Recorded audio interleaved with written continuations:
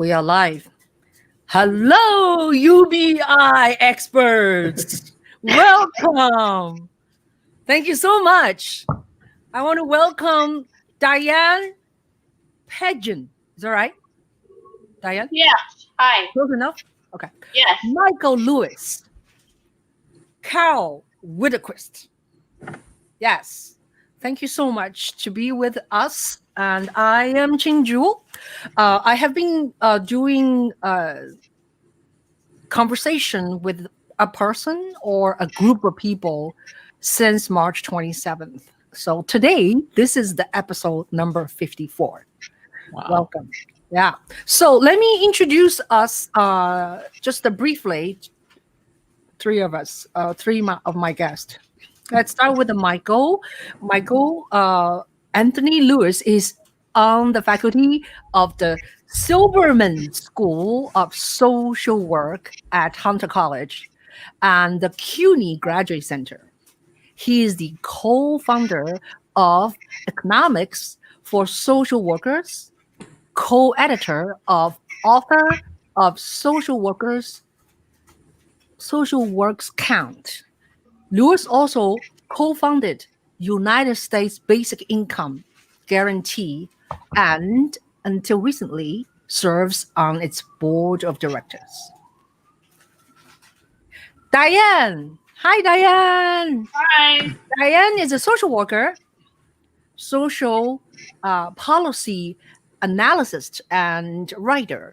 She has worked with welfare expert and activist Theresa Funiciello. Ooh, Funiciello. I'm just helping you out. Only cello, like a cello. Exactly. You should have. You like that, yeah. Diane Pagen is a founding member of Basic Income Actor and Basic Income New York City, and working on build the basic income movement with others. Karl Widerquist. Hi, Karl. How are you? Karl. Oh, Karl. I'm a butterfly. Karl is a professor of philosophy at Georgetown University. How do you say that city name? In Doha, Qatar. Well, if you really want to see the Arabic way, like Qatar. You can say Kyoto. He specializes in distributive justice, the ethics of who has what. He has published dozens of articles and 7 books, including A Theory of Freedom as the Power to Say No, and a critical discussion of basic income experiments. Karl co-founded the first U.S. Basic Income Network in 1999 and Basic Income Study in 2006. Welcome, my guests. Thank you. I am going to tell you just very briefly who am I, other than I'm a crazy YouTuber, and I am a videographer. I created about 123 films and videos for NGM movements, and I'm in the middle of making a feature documentary about NGN and Yangan. I'm also a musician, violist, and that's it. So thank you so much. So who should we start? I wanted to know how each of you, how do you get into this business of UBI? Should we start with Diane, lady first? I met someone in social work school after having read her book, and actually this is just kind of funny because I have the book right here. And I met Theresa Funiciello while I was starting social work school.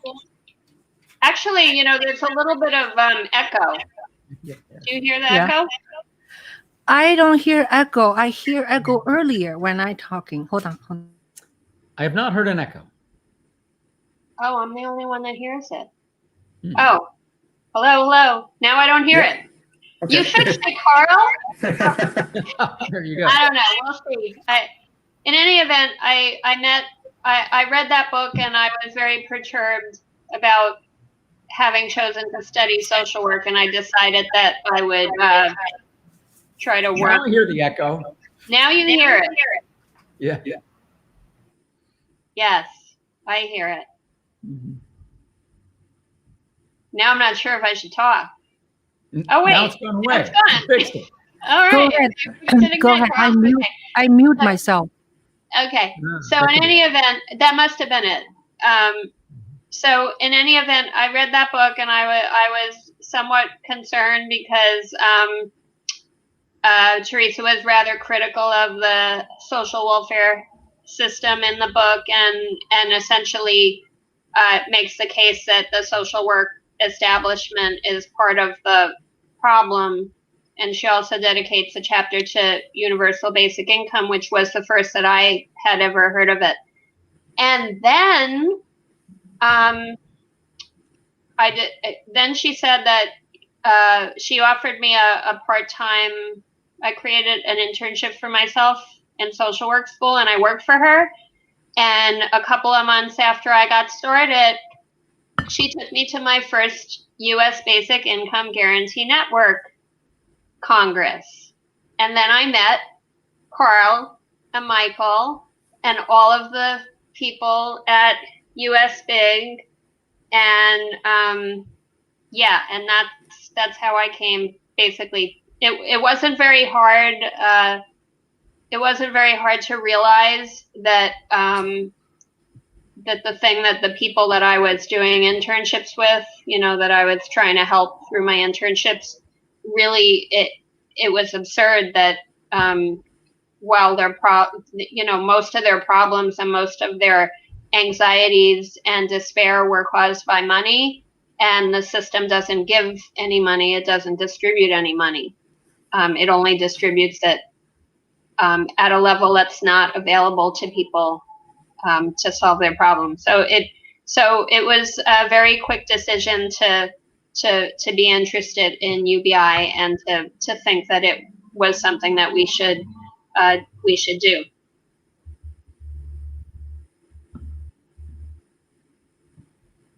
And Great, thank may you. I add that I also read Economics for Social Workers by Karl and Michael.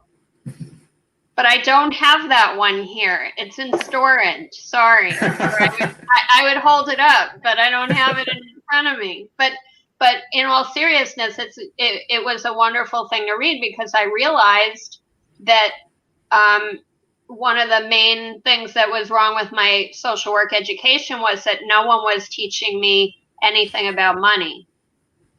So kudos to you guys. Thank you. Thank you. We're supposedly doing a second edition of that. Yeah, we'll get to it. We'll get to it. We'll get to it. Yeah. I write all the books I'm supposed to write just many years later than I'm supposed to write them. Yeah, go ahead. Karl, you Next. want to follow up what Diane said? Well, I answered this question on your show before. The abbreviated versions, those who didn't catch that episode. Yeah.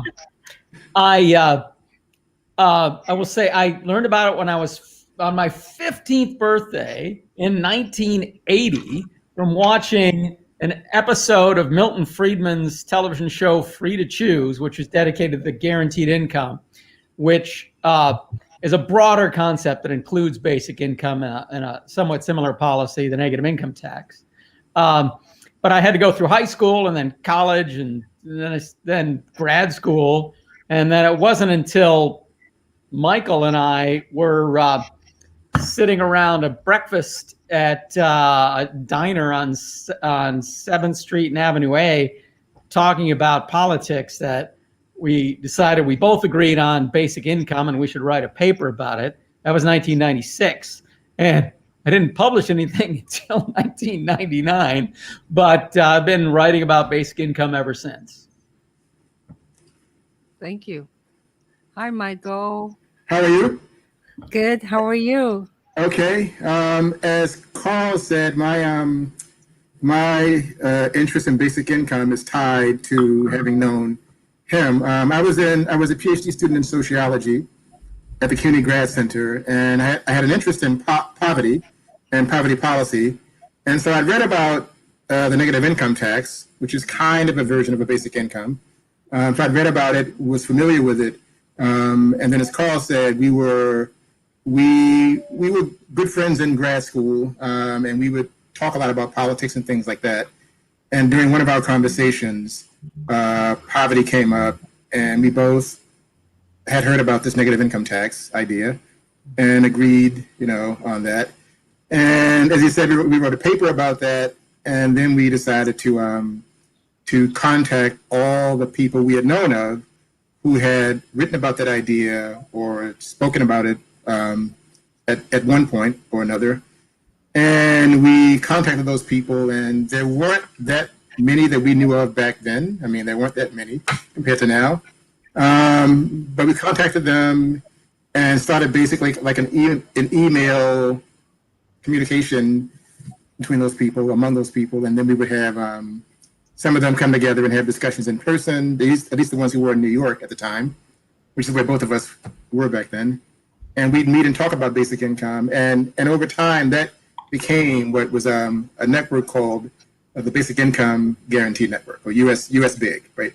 So that became an informal organization that started that way. And there were other people involved as well. Charlie M.A. Clark, an economist who was at St. John's back then. A friend of ours, Pam Donovan, she was also part of initiating this. Fred Block, who I think is at school in California. But that became UC Davis, I think.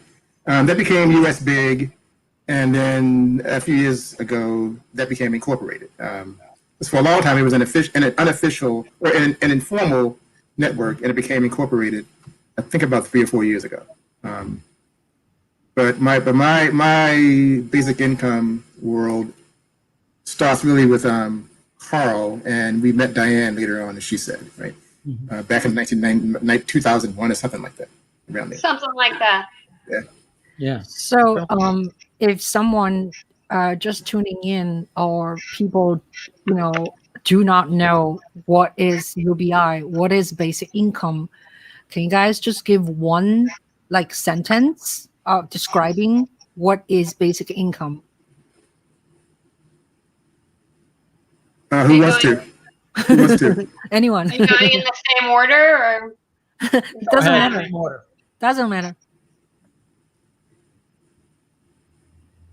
I would say a buffer against it's a regular, non-means tested cash payment to all members of a designated society that provides a buffer against oppression and exploitation and allows a person to meet their basic survival needs. And it is unconditional. The only thing I would add to that is unconditional.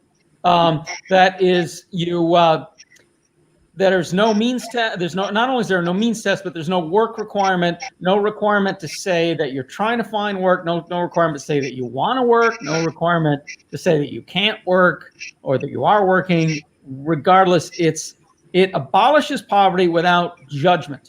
And the only possible way to abolish poverty is if you stop judging the people and make it unconditional.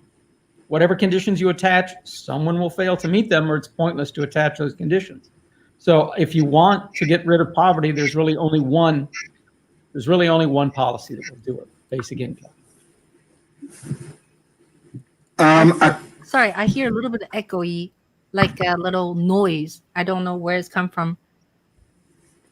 When we're all getting this echo at different times. I got that echo briefly. I know. Yeah. So, all right. It's very tiny though. Yeah, I hear it. Yeah. Michael, you were going to say something. I define it like it's very descriptive. So I just say that it's an amount of money that you would get periodically, on an individual basis. And as Karl and Diane said, it's an amount of money you get without a means test and without a work condition. And it could be enough to meet your basic needs. I would hope so. But it's an amount of money you get individually, periodically, whether you work or not, whether you're poor or not. That's basically it, as I see it. Every basic income supporter I know supports a basic income high enough to live on. Yeah, me too. However, basic income supporters disagree on the more esoteric question of should that be part of the definition of basic income? Exactly. Just say, it's still a basic income. If it's lower than that, it's still a it's still a basic income, but it's too low, or it's not a basic income. That's like the most controversial thing about the definition. But I agree with all. I was just gonna throw in, because to a lot of people who want a basic income, one of the main things is that it be adequate. Yeah. It be adequate to eliminate poverty, to eliminate some of the terrible problems that we're faced now because people don't have income. So that would be very important to me, and I know it's very important to everybody here. Yep.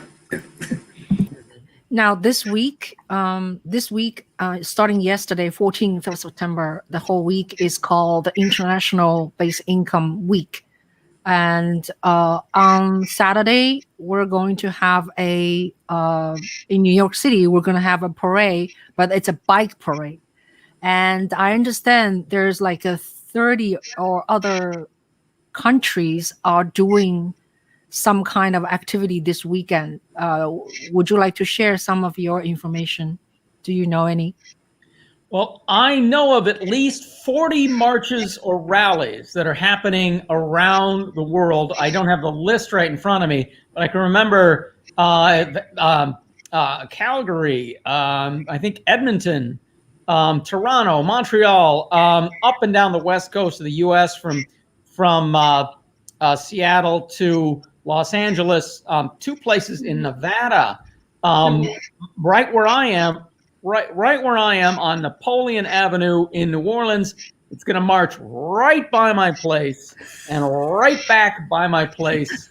I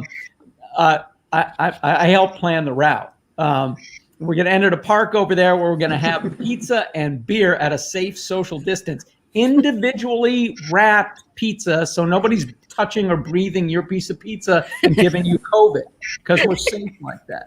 That sounds here good. in New Orleans, there's one in Bogota, Colombia. Yeah. There's 2 in Iceland. All right. Yeah. So if you live in Iceland, you got your choice. Yeah. Which place in Iceland you want to do this? If you don't want to drive all the way to Reykjavik, you can do it at that other city. The one with like 15,000 people. That's really big for Iceland. Yeah. There's Wonderful. there's also the number as of yesterday is up to 42, and there is I think two of the latest ones is there's an additional one in Denmark. There's one in Denmark. It's not in Copenhagen. It's in another city. I'm not sure I'm pronouncing it correctly, but Aarhus, Denmark, and also in India, but I don't know which city. I apologize for that. And there could be a lot more. If anybody out there is not, go on the website, the Basic Income March website. Look at those. If there's nothing close to you, you can march all by yourself. All you need is like a time, a sign, and a camera. One person, take a selfie. Even if all you do is march around a park, that's a march. And that adds another dot there. Now, some of the marches are going to be hundreds of people, but some of them will just be a couple of people here and there. And I tell you, a march of one person is infinitely better than a march of 0 people. Look, you take 1, divide it by 0, that's infinity right there. So it's a mathematical proof. Math. I hate to say this to Karl. Karl, Do you have a headphone with a microphone? Um, Would you like to try that? Because I you think want me to mute maybe myself?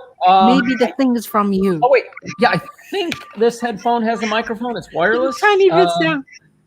All right, let's try that.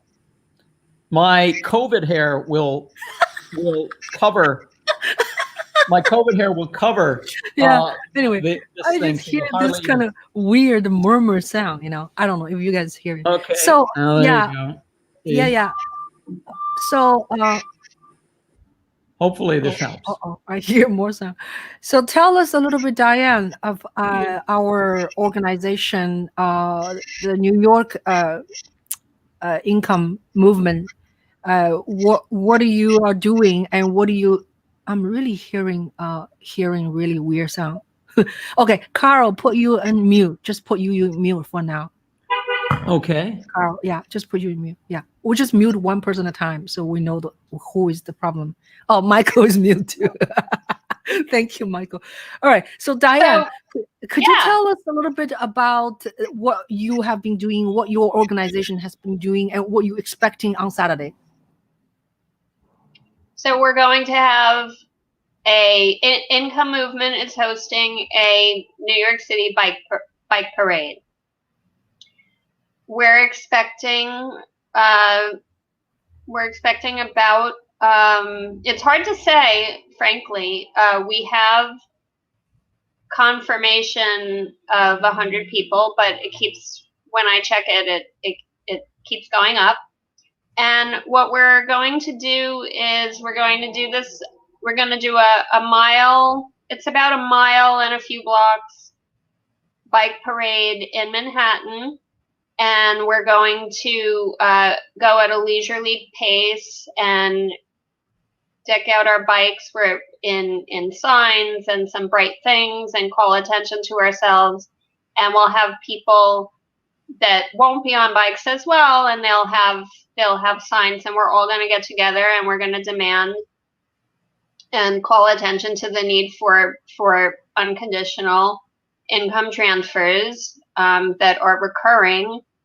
And we're essentially we want to do this in a safe space. We want to make it fun, but we also want to adhere to the guidelines, the current guidelines about social distancing. So that's why we're doing a bike parade instead of a march, so that we can be a little more distant naturally, and we're going to do that loop. We're going to have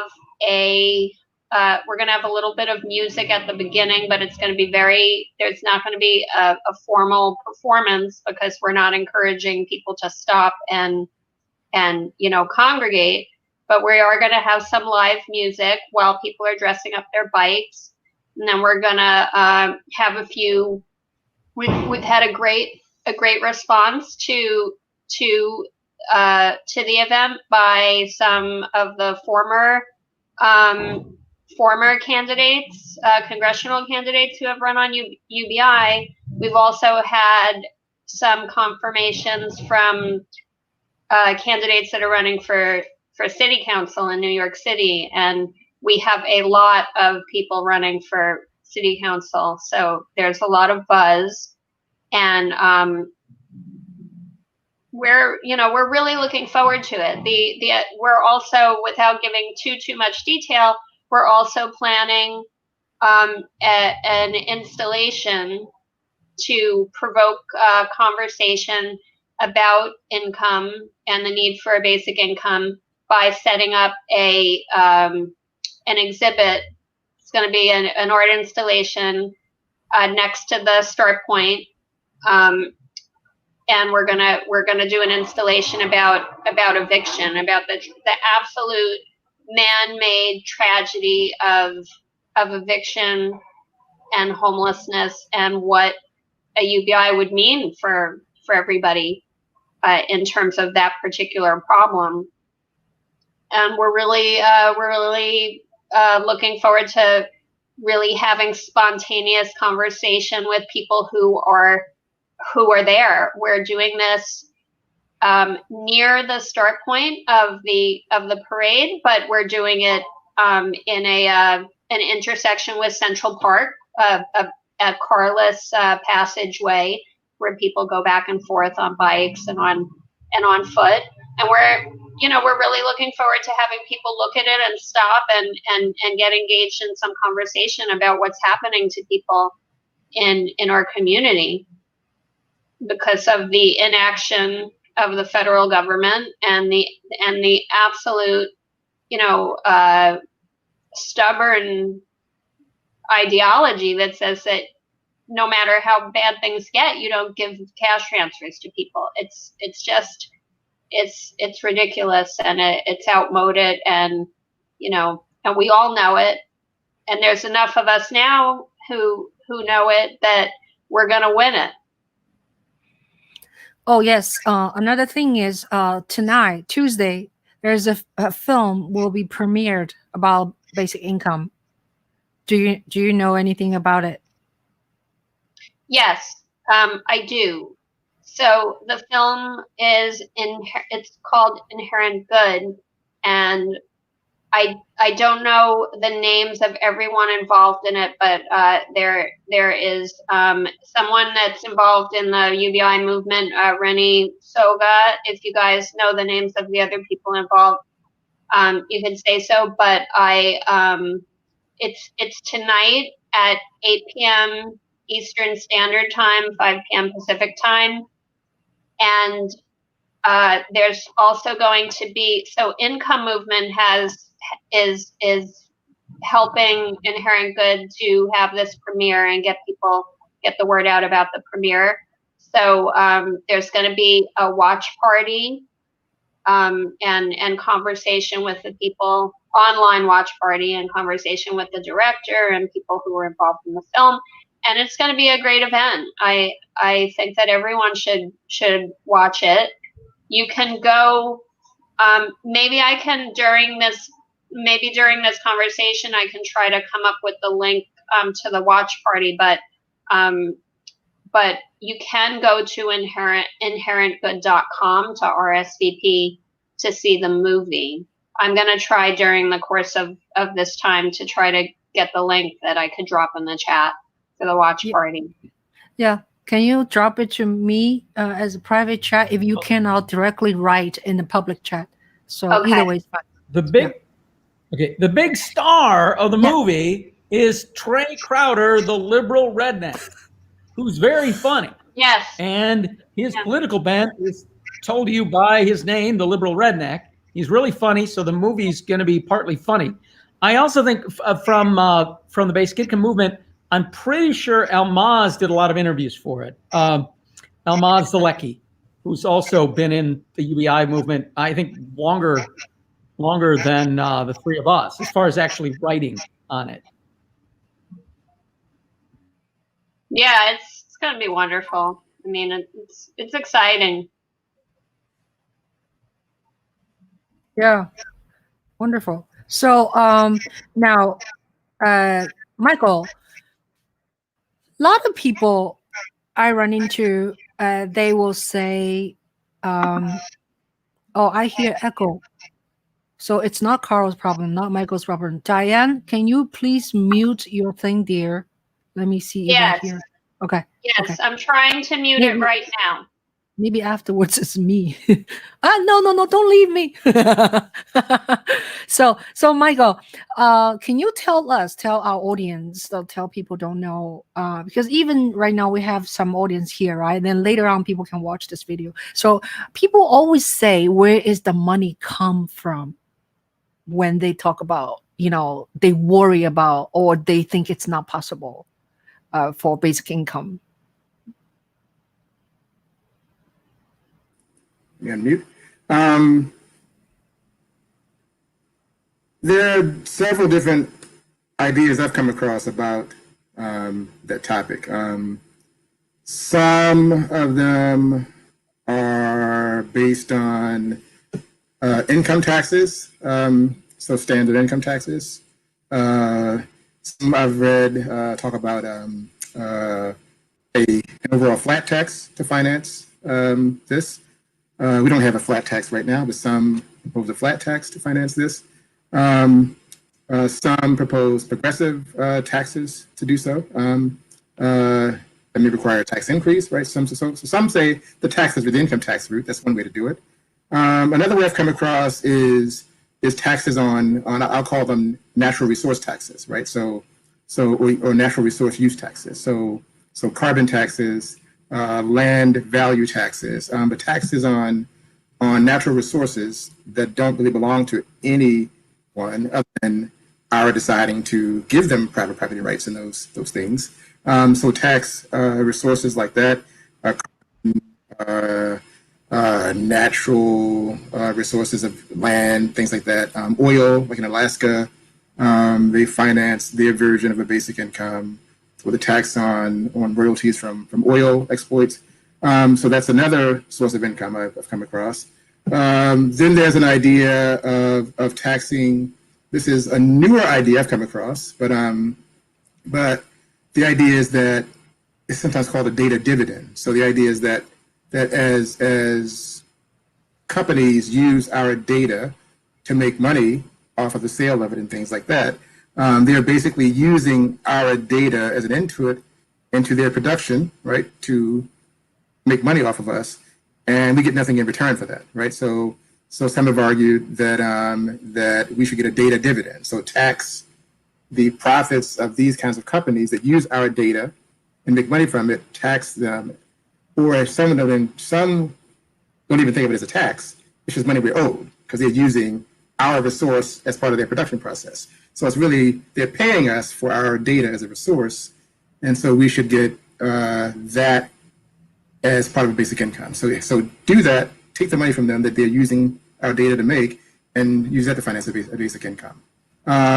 Then there are those who say that we don't really need to impose any new taxes or raise taxes to finance a basic income, but we can do it by just, in effect, printing money to do it. Just print the money to pay for a basic income. And these are folks who have theories of money and the role money plays in our economy, and how money is the kind of resource. If you are a sovereign government with your own currency, then you are in a position to, in effect, printing money, and the only constraint on doing that is inflation, right? So those are some of the ideas I've come across about how to finance this. I probably talked for too long, so I'll shut up. No, you're Well, fine. I could add a few things to that. One is yeah, you can the people who say the government doesn't need to finance spending because it can just create money electronically or by printing it. Well, although that's technically true, if you did that with basic income, that would be introducing trillions of new dollars into the economy every year. There's a limit to how much of that you can do without taxing some of that back. So we are going to have to tax some of that back if we don't want it to have inflation, but there's plenty of room to do that because last time I checked, which was for the basic income march last year, the US economy had doubled in the last 41 years, which means we could all be working half as much and consuming the same, or we could be consuming twice as much and working the same, and we're not doing either one. We're actually working a little bit more and hardly consuming any more than we were back in the late 1970s. Almost all of the economic growth in that period has gone to the top 1%. So there's plenty of money to tax if we tax the right people. And actually, a lot of that doesn't even require taxes. We could just get rid of the government giveaways. One of the signs of corruption in our society is that more and more of what the government does is award the donor class with favors, where they tax us, the little people, and they give it to the big wealthy corporations. There's so many examples of it. I think the best example of democracy in this country is the Federal Reserve Board, because that is government of the bankers, government by the bankers, and government for the bankers. If you are a banker, that the Federal Reserve Board really represents you and your interests. You get to make the decisions. Your top people are running the thing, and it helps you. And the government, the people who take out loans and the people who take out loans and the depositors take risks. The government takes risks. You take very little risk, and you get profit over and over again. That's the way it's set up. If we rejigger the Federal Reserve Board so it's actually a government of the people, by the people, and for the people, we'll make a lot of money. The taxes that Michael was talking about, also, there's so many. That's one example of the government giveaways. There's government giveaways on almost everything we do, from healthcare to the making of pennies that are in our pocket. It's all to satisfy the donor class. There's a lot of money out there. And it's going to the wrong people, and this increasing inequality is hurting everybody, including the super rich. It is making for a very unequal and dangerous and unhealthy society. And basic income with taxes targeted at the 1% is a solution to a lot of the problems we have in the world today. Karl reminded me of one thing I didn't mention, and earlier we mentioned our friend Almaz, and she's a big advocate of a wealth tax, so financing wealth, or taxing wealth to finance a basic income. So that would be one way to compensate for these giveaways Karl is talking about, financing wealth. So that's you can think of it that way. But anyway, that's another way. Some people have proposed to pay for it. I'm sorry we lost Diane. I'm a little worried about her. Yeah, I'm hoping she finds way back. Come back, Diane. Diane, you're out there. Yeah. Where is she? I don't know. Yeah, she texted me. She said she tried to be back, but I don't know why it's so difficult.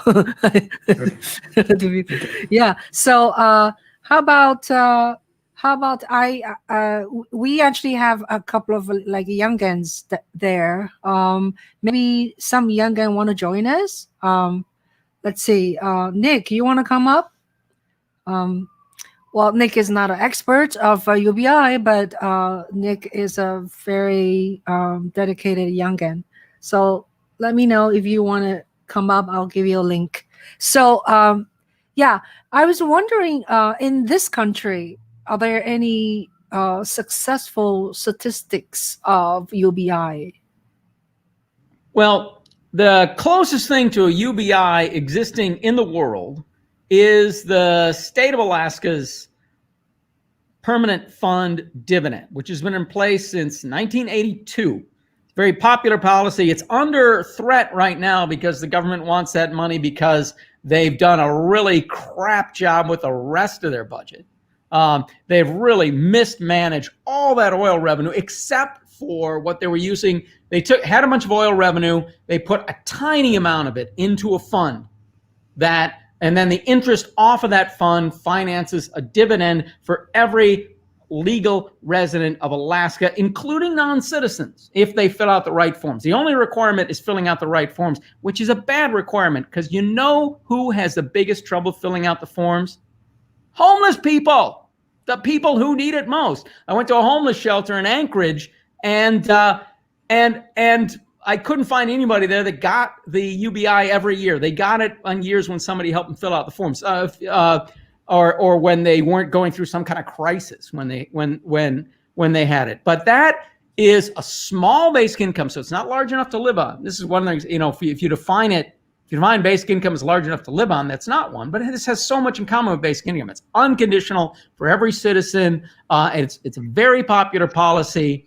And we have Diane back. Okay. Yay! What happened? So the refundable child tax credit, the refundable child tax credit, which is also very small, but it is like a basic income for children. Social Security is not completely unconditional, but it's close to unconditional. It works a little bit like a basic income for people over a certain age, although it has some conditionality linked to it, which causes all kinds of problems. Yeah, thank you so much. And we have some people join us. I just want to say hello So hello to Young and Al. Al said, I cannot imagine a homeless person in Alaska. Why not? There must be homeless in Alaska. I met a guy named Squirrel, who actually lives in a shack by a highway off-ramp, and he just goes to dumpsters and he builds stuff. He has like the shoes that he got in a dumpster, and he has a bicycle that he built out of trash in a dumpster. And he said, I didn't get to see his shack, but he has a shack, you know. And yeah, unfortunately, there are homeless people in Alaska. There's shelters too. So I guess, you know, if it's cold enough, you got to go to a shelter. Yeah. And I met a young man in Iowa. Iowa, yeah, we were canvassing for Andrew Yang, and he's from Alaska. So he actually brought a check, a dividend check. Has a special name. I forgot about that name, but anyway. So he said he gets this once a year. He has a son, is like 6 years old, and his son also gets it. So can you imagine if you have like, you know, a couple of children and adults, the amount is the same. Even the amount is not a lot, maybe $1,000 or something, but you get two of them, you know, or three. So that really helps. So yeah, it reached a peak about 12 years ago at $3,200 a month. And you imagine being, you know, I say you're a single mother with three kids, you know, and each of you is getting $3,200. That's, you know, that's not enough to live on all year, but that's going to make a huge difference if you're living on the edge. Right, definitely. Yeah. So I just posted messages from Diane. Diane shared tonight there's a documentary, event, so you can catch up, and there's a link. Yeah, at 8 o'clock. Yeah. It says tomorrow, but that's actually not the case. Tonight. Okay. It's the tonight. Link is from yesterday. So. Yeah. Yes, it's tonight. I see that in the private chat. Is that also? I can't find a way to put anything in public chat here. Huh? Yeah, I don't think that I can put it in anywhere but this private chat. Oh, okay.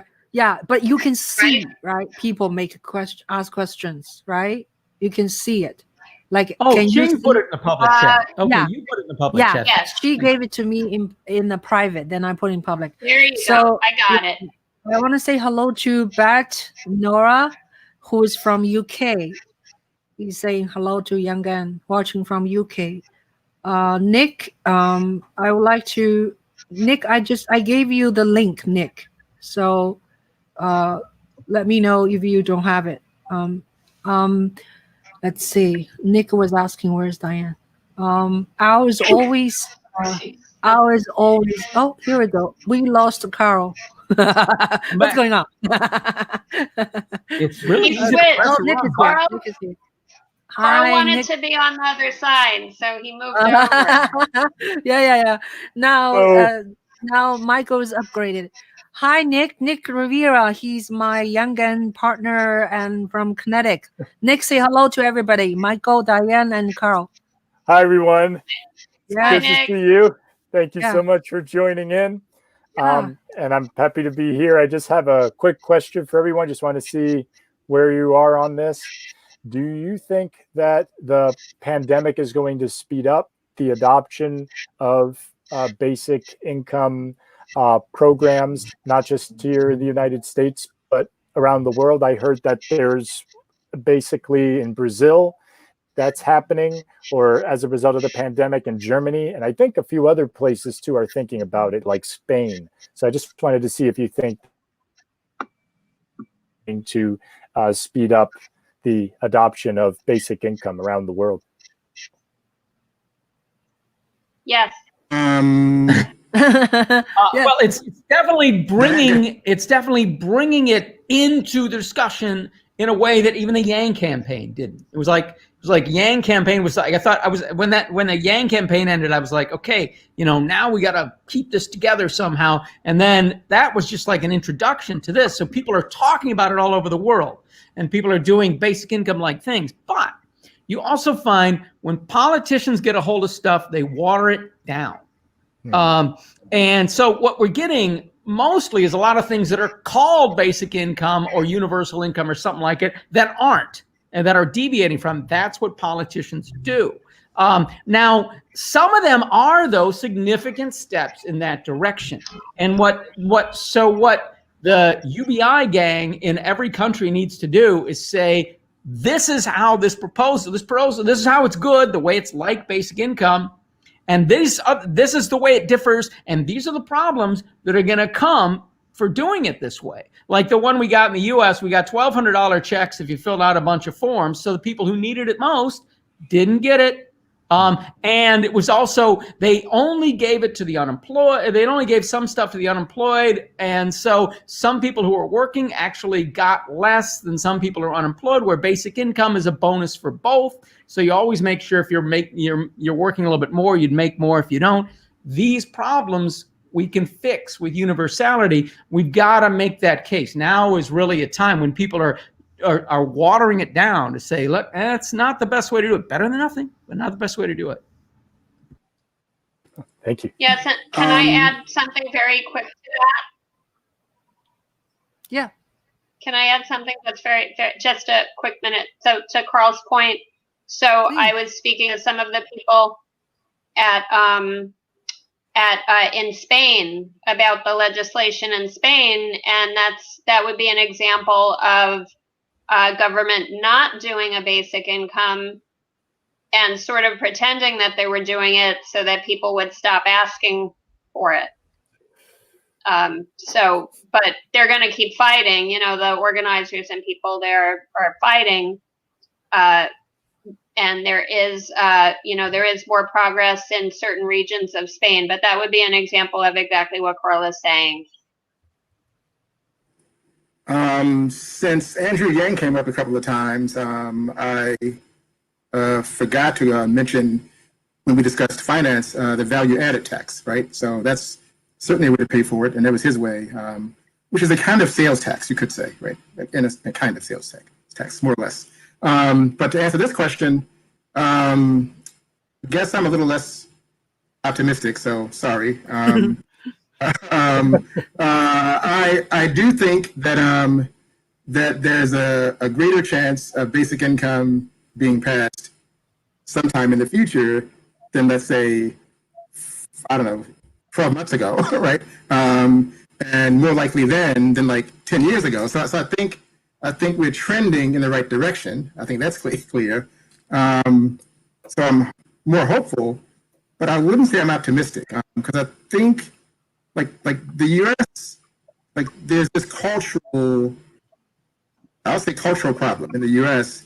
that we have to get over, and I'm not sure the pandemic has gotten us there yet, but it may help. And that's the idea that there's this idea that people have this duty to work for what their income and things like that. And you might say it's a pandemic.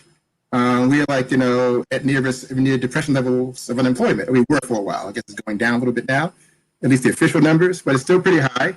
And so you might say people can't work. They can't. But I think a lot of people are going to just say, well, that's right. That's right now.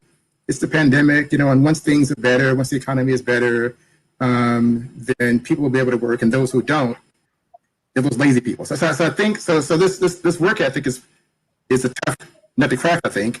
And then in our country, I think tied to the work ethic, there is a tendency to associate need for income support and non-work and things like that with Black and brown people. So I think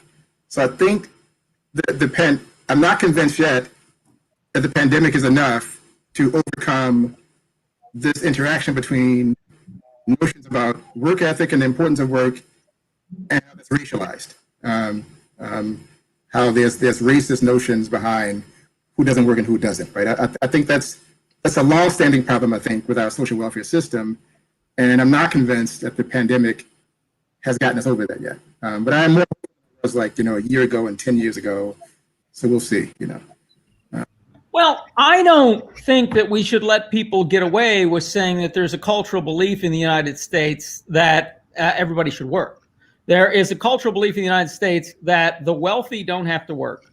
Their money works for them, and the rest of us have to work.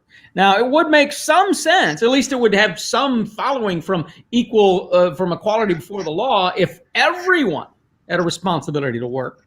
But we don't have that. What we have is really the worst possible system. There's the most privileged people, the one that the government says, you own all these resources that we conquered from the Indians. You don't have to work, and everybody else has to work, and they have to go to you to work. They have to work for you directly or indirectly. They have to, a third of their income or more is going to have to go to pay for their housing, because there's no place that they can build their own housing. They can't work for themselves. They work for people who own property. That's the situation we're in. And if you're for something other than forced labor, if you're for free labor, you have to be for a basic income. I agree with Karl. I think the work ethic is exactly that. I think people often say everyone has to work, but the wealthy get off. Like if you're wealthy or you're the kids that wealthy, that doesn't apply to you. So I agree with that. And so I do think, and I certainly, like what Karl said, when these things come up in my classes I teach, I certainly make that point that that if we really had a work ethic and cared about that, we'd get rid of inheritance, right? We would say, well, those rich kids shouldn't be allowed to just get their parents' wealth, passed on to them. We should just let them go out and work on their own, but we don't do that. So I agree.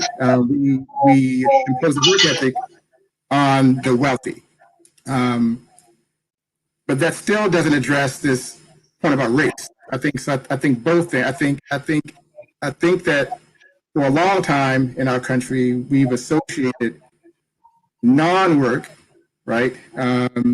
And even non-work among poor people and things like that with Black and brown folks. I recall hearing, like during the discussions around the healthcare debate and healthcare and so-called Obamacare, I recall reading about whites in parts of the U.S. that benefited from the Affordable Care Act, and they didn't realize that the Affordable Care Act, which they actually benefited from and liked, was what they hated as Obamacare, right? I mean, so I think in that case they associated Obamacare with a Black president and Black people receiving certain kinds of goods that they didn't think they deserved. So I agree with Karl. It's the sort of selective application of the work ethic, but that interacts though with some pretty racist ideas about who doesn't work and who does not. I think one of the things, something I wrote a very long time ago is that we do not have a work ethic in this country. What we have is a money-making ethic in this country. Is that if you're making money, it doesn't matter if you work for it. It doesn't matter if that money is got from that estate that your great-grandpappy got when the government killed all the Indians and said, now it's yours. And whatever the estate is, that, as long as you're making money, it doesn't matter if you're doing any work whatsoever.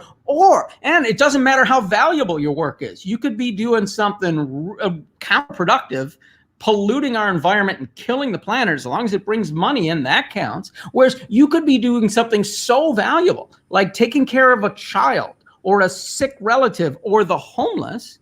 All of these things, no matter how valuable it is and how much real work it involves, this doesn't count as work either. It's not a work ethic. We call it a work ethic, and it is a money-making ethic. And that makes it, and we bring in care work, of course, it's not only race-linked, it is gender-linked. It's race and gender all wrapped up in one. I call it a cell labor ethic, right? So you get money ethics. So it is not work. Not if you're rich. If you're rich, your money exactly. works for you. Right. Yeah. Selling labor if you're not rich. You're making money. Yep. Yeah. So I agree. People call it a work ethic, but they're talking about, as I said, if they really believed in a selling labor ethic, right, they would abolish inheritance, right? And gifts and gifts, bequest, inheritance, all those things. We don't, right? So we agree. But because of, what do you call it, a money ethic?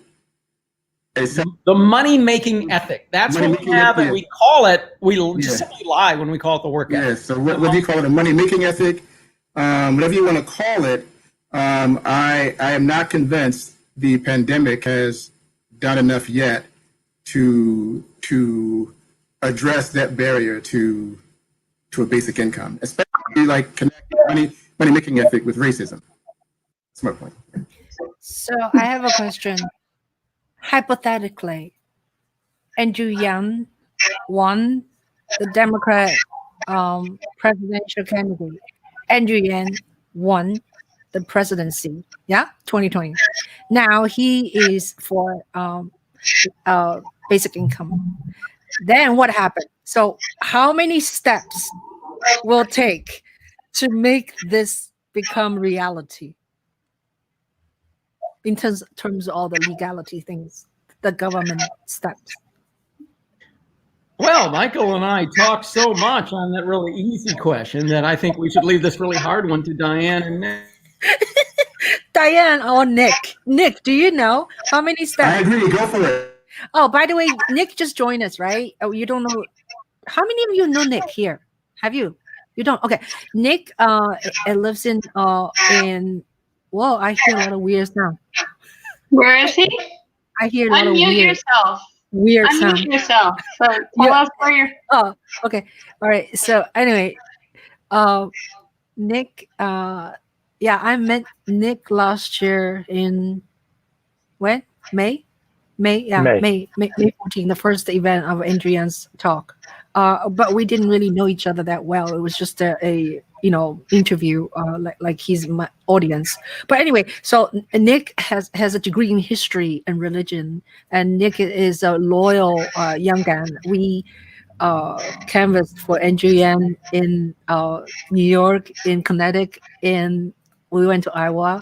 We did an Iowa week, and then we went to New Hampshire. So Nick is a great writer, and he always tweets. He's a crazy tweeter. So Nick, do you have any opinion what I just said? How many steps? How many steps to get basic income going? Even hypothetically, Andrew Yang won the nomination and won the presidency. You have to get it through Congress. So that would be the major hurdle. But I really like how he laid it out. He's like, basic income, it's money for everyone. So it's not punitive. I actually saw it as a very restorative form of economic justice, a step towards it. Basically, if you're from a red state, blue state, you get this money.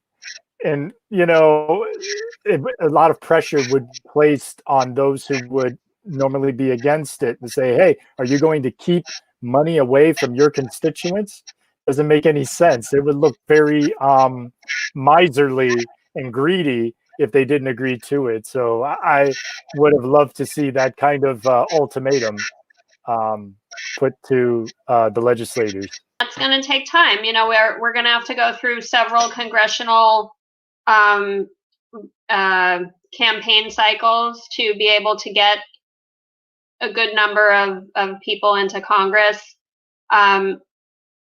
Many of us are probably going to have to make a sacrifice and consider running, because we need people who understand basic income to run. It's not just about convincing the people who don't know anything about it, who have already chosen to run. It may involve, doing what Andrew did and running because he believed in it.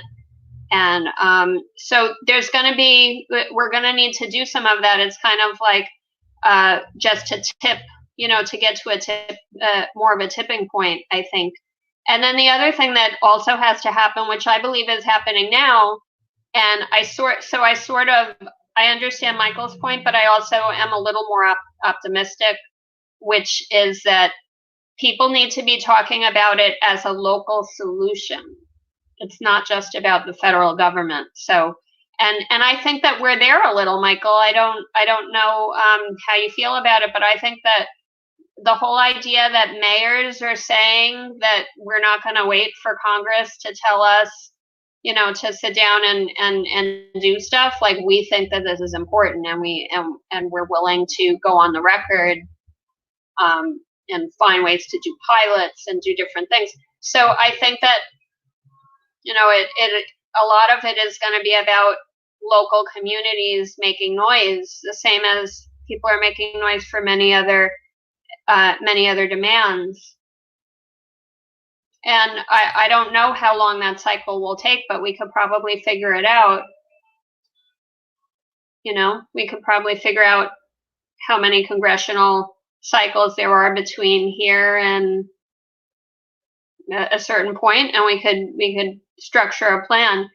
But a lot of the people that I am working closely with on basic income have kind of a 10-year timeline for it, and some of us have, you know, a little less. I prefer to think that it would take a little less time, because I'm kind of feeling like taking a little bit of a break to live, you know. Victory lane. You know what I mean? But I mean, not that I don't love all of this. I love it very much, but I'm tired of seeing lots and lots of money wasted on the system we have. So, which really doesn't help anyone, and it actually is probably, you know, more expensive than it would be to actually give people money, you know, in terms of all of the things that become very expensive when people don't have money, like interventions, early intervention, food distribution. All of those things are terribly, terribly costly, financially, but also from a psychic point of view. I mean, and just one other point, you know, to link to that, just today, the New York City Council, I was on the live City Council hearing, the General Welfare Committee. Person after person after person who is stuck in temporary in homeless shelters with vouchers that are purposefully and cruelly pegged too low for them to get an apartment with, and all kinds of policy, you know, policies happen the way they're intended to. I read that somewhere, and I've always thought that it was true. It's you probably know exactly where I read that, but I can't remember where I read it. But policies work exactly the way they were designed to. If a policy is keeping a majority of people in a homeless shelter, even though supposedly it's a policy to house them, it was written and designed to keep them in a homeless shelter. And I would encourage everybody that is on this call that's interested in UBI to go to the New York City Council website and look up the General Welfare Committee hearing from today. Heartbreaking stories of people who are strung along with a voucher that the city knows will not work, and that our Department of Homeless Services know does not work. And all it does is, much like the prison system, it generates mandatory consumers for services that are really not enriching anyone's lives. And by the way, they're also destroying our society and our sense of community, and messing up families. And the psychological damage is horrible. So I would really, you know, in terms of like, how is that related to basic income? Well, it's very simple, because if you at its core, withholding cash, like Karl has often said, the freedom to say no, right? Withholding cash enslaves the people who need the cash. And so the entire homelessness debacle is exclusively about just the society creating a situation where people have to forcibly consume special services that don't really are not proven to do anything but harm them. And a UBI would make it possible to walk away from that particular system, and that particular system would have to reform or die. And that is why UBI is very, very, very important, and it's related to everything. Well, I think policies do have, although I do think policies have lots of unintended consequences. They also have lots of intended consequences, like Diane's talking about, that they don't want to say right out, or at least they don't anymore. And what she's talking about with freedom as the power to say no is that people are able to refuse work for thousands, hundreds of thousands of years. Our ancestors didn't have to get a job in order to keep themselves alive. They had direct access to the land and the resources, and they kept themselves alive that way. And this was taken away in the colonial movement, when the European powers took it away from people around the world and established a private property rights system by going conquering their land and say a few rich white guys own it and everybody else works for them. And it was taken away in Europe when they had most of the land was shared by peasants. They said, you're not peasants anymore, you're tenants. And this guy in the manor, suddenly he has full and total ownership of this property, and you have to go get a job from him. And this was done. There's so many instances of people saying that's why we do it, because these people, when they can work for themselves, are too lazy. When they mean they're too lazy, they won't work for those crappy wages that the upper class want to pay. I have a book on this, the prehistory of private property, coming out next year. So don't get me started on that. But well, you already have. So that's why it is you're making somebody unfree when you take them when they could take care of themselves, and you put them in a place where they only path to their survival is to get a job from somebody who has the money to give them one, and their only path, and then they got to take some of that money and give it to a landlord, because all the land is controlled by other people. That's what I mean by freedom is being taken away when you take away somebody's power to say no. Now, as far as when basic income is going to happen, getting back to that, I'm a believer that the future is inherently unpredictable. Is that so many unpredictable things happen that you cannot know. It could happen next year. Nobody knew Social Security was coming in the late 1920s. A bunch of unpredictable things happened that gave America a really great system of old age pensions and a few other good things. Something unpredictable could happen to make basic income a reality in a very short time, and something unpredictable could happen to take it off the table. And it's really hard to say, but the strategy that I know is to change people's minds and get people understanding why it is so important that they believe that all of my brothers and sisters throughout the country and the world should have the power to say no to any power structure that says you don't get to live until you do X, Y, and Z that is designated by powerful people. Wonderful. Can I just say, there's Naomi in the chat is asking about doing something in DC, and I want to let Naomi know that actually on Saturday there is something in DC. So Naomi, if you wanna be part of what's going on in DC on Saturday, I would go to basicincome.march.com/get-involved. I think it's get-involved. You'll see it when you get to the website, and you can put in a zip code in the event and click, and you can get to the information about DC, and you can get in touch with the organizer and all kinds of stuff. So yes, there is something in DC. Great, thank you so much. And I wanted to thank. I figured out how to access the chat, and I posted the link. Great.